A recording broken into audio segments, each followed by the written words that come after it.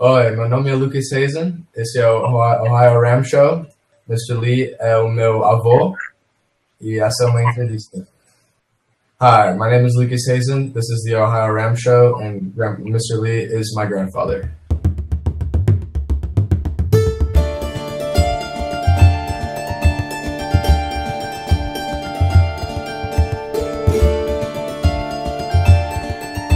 And Lucas will serve as translator for Marcello Soros, who will be on the OhioRAAM Show on June the 7th. And I am Lee Kreider, the producer of the OhioRAAM Show. This is the Celtic edition of the show, which will become obvious here in a few seconds. Hello everyone, my name is Becky Finley, and I'm here in Edinburgh Castle in Edinburgh, Scotland. And this is a show about ultracycling, which comes to you 3 times a month on the 7th, 17th, and 27th. And this is show number 217. And we want to welcome Becky as the guest host on today's show. The OhioRAAM Show is a service of the Race Across America time stations in Ohio, time stations 41 in Oxford, 42 in Blanchester, and 43 in Chillicothe, Ohio. They are open 24 hours a day during the race, and you'll see the dates there on the screen now. Be sure to check the show notes, which you'll see right below the video if you're watching on OhioRAAMShow.com website. If you're watching on YouTube, they will be in the description box. And we've added to the show notes now a link to a video we created to help you follow the racers and riders during the race. On today's show, we're going to have Team EA Water for People. We've had them on before. They're doing wonderful work, and so let's just get right on to Team EA Water for People.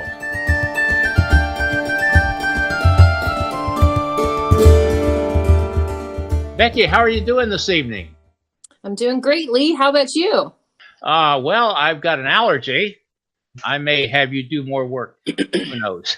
All right. Well, Becky, we welcome her as her debut as a guest host on the OhioRAAM Show. Welcome aboard, Becky. Glad to be aboard. Glad to have you here. So let's get on with talking to this team, and I'm going to start out with Jeff Bolts over here. Jeff, tell me a little bit about yourself, your cycling background, and then a little bit about Water for People. We're excited to be in the race again. We raced in 2017 as a 4-person team, and we're back for 2019. So we're very happy about that. 3 of us, Lou, Walt, myself, work at a company, EA Engineering, Science, and Technology, and our corporate social responsibility program partners with Water for People to raise funds. And Eleanor will tell you all about Water for People much more eloquently than I can in a few minutes. So we're excited to be doing that. The company is behind us. 3 riders and none of the crew are out of the company we work for. So it's a real company effort that's being supported. My cycling background is I've been riding for a while. I did 7 Ironmans before I turned more into. From then I did 4-person RAAM in 2017. Last year I did the 12-hour at Borrego Springs for the World Championship, and I plan to do a few more of those races this year. So I guess I've caught the ultra cycling bug. It's really ironic, Jeff, that we are on tonight because here in Dayton, Ohio, in fact, the whole Montgomery County area had a major water main break last night, which affected 400,000 customers. But tonight we're under a boil advisory. You really don't know how important utilities like this is, water and what have you, until you turn the spigot on and nothing happens. Yeah, that's for sure. And, and around our country, we have spigots, and a lot of places in the world, they don't even have a spigot, so there's nothing to turn on at all. And Lou, we've had you on the show last time around. You were on the team then. I've been cycling for a long time, probably about over 30 years. I didn't really train competitively until we got involved with RAAM in 2017. But we've been a little more technical in terms of our training, working on some of the mental side of it, just try to build some of that mental toughness. Walter. Sure. So I'm a Southwest contingent for the team. I'm pretty excited about it. Grew up riding my bike just around. I grew up in Los Angeles, just grew up riding my bicycle around there. And I got excited about it, thought about it, came around, and they expressed some potential interest, I kind of poked them a little bit and bugged them like the little kid I am and just say, hey, can I be on the team? Can I be on the team if you guys do it again? So I reluctantly agreed, but I'm excited about it. Watching a lot of the documentaries to kind of what Lou said, build up some of that mental toughness and really think about that. And hopefully it just won't get too whiny when we're riding on there. So. Well, hey, Eleanor, I was reading a little bit about you, and I noticed that you are the CEO of Water for the People. Can you tell me a little bit about Water for the People and how you got involved in that group? Sure. Water for People is a nonprofit based here in Denver, where I am today, but we work in 9 countries around the world, in 5 countries in Latin America, 3 in Africa and India. And our mission is to bring sustainable water and sanitation services for everyone forever. Our mission is so that no one has to never worry about turning their faucet on and not having water 24/7, and that the quality water is good enough to drink.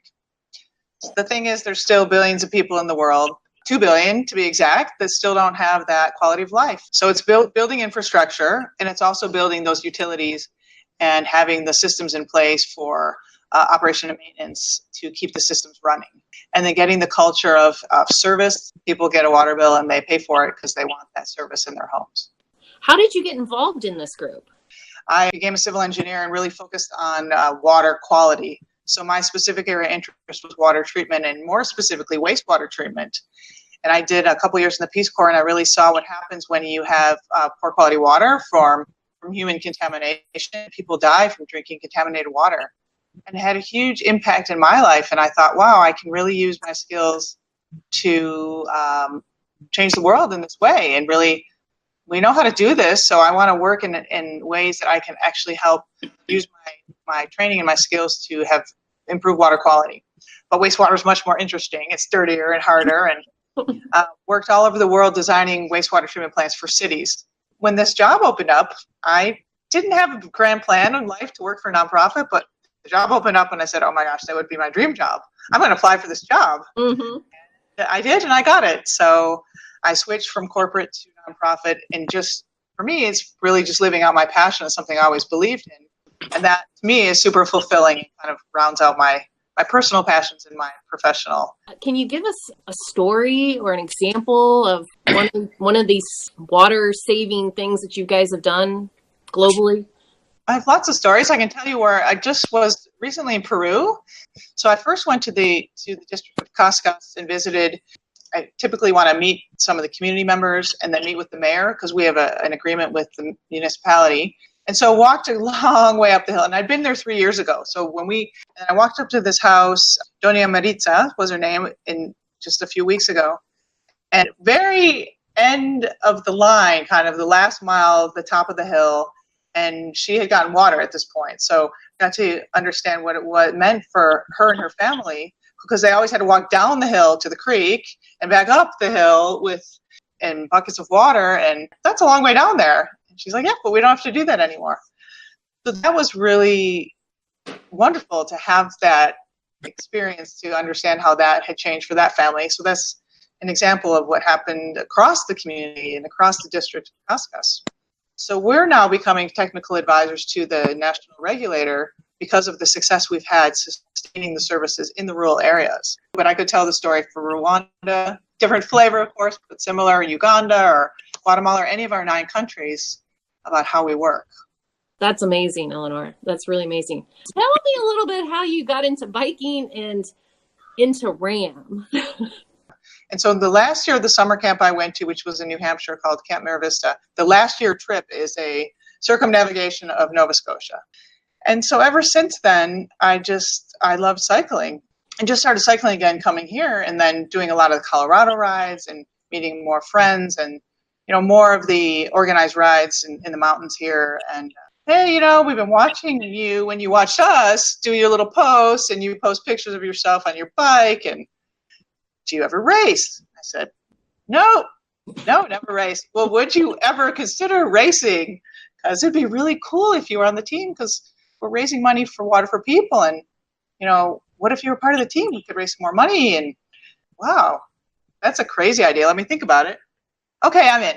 I've definitely taken it very seriously and got myself a coach and a trainer and doing my best to keep up with the guys kind of thing. And Well, I'm pretty confident you're going to keep up with the boys. So, no problem. Do my best. Hey, Jeff, what's your guys' fundraising goals? Well, we set a goal of $100,000, and we're well on our way to making it. We, through Eleanor's contacts in the engineering community and our contacts in the engineering community, we've been able to hit up quite a few firms for sponsorship, which is nice. So we're working well towards our goal, but every dollar helps, because every dollar we get now certainly goes right to Water for People to help the stories that you heard from Eleanor. So we're doing well and want to do a little bit better. Are you out to win? Are you out to set a record? What you up for? Well, we go big or go home, so we're out to win. We'd like to win our age group. So which one of you, I noticed on your website that you set a goal of a whole 24 hours faster than your 2017. Whose idea was that? That was mine. That was yours. We did just at 8 days last time, and we're hoping for just at 7 days. And I think, we learned a lot, even on the team, the transfers of riders and shifts, that I bet we can save 12 hours just on logistics and having our act together, because as you know, it's a lot of logistics, and you can lose 10, 15 minutes every time you change a rider if you're not careful. So I think we can get it close to 7 days. Thanks, everybody. We'll see you soon. Thank you. Good luck to your team. Thank you. Thank you, Team EA Water for People. Thank you, Becky, for hosting this show. You did a great job. Thank you for viewing, and we thank you who support the show on social media. On our next show, we go to Singapore to chat with Alan Bradley, who will be racing in RAAM, the Race Across America 2019. Although he lives in Singapore, he flies the Australian flag of his homeland, and that show will be on March 27th. So where are you now, Becky? I'm currently in a pub in Edinburgh, Scotland. Just wanted to say goodbye, everyone. Goodbye, Lee. See you in about 10 days. Cheers.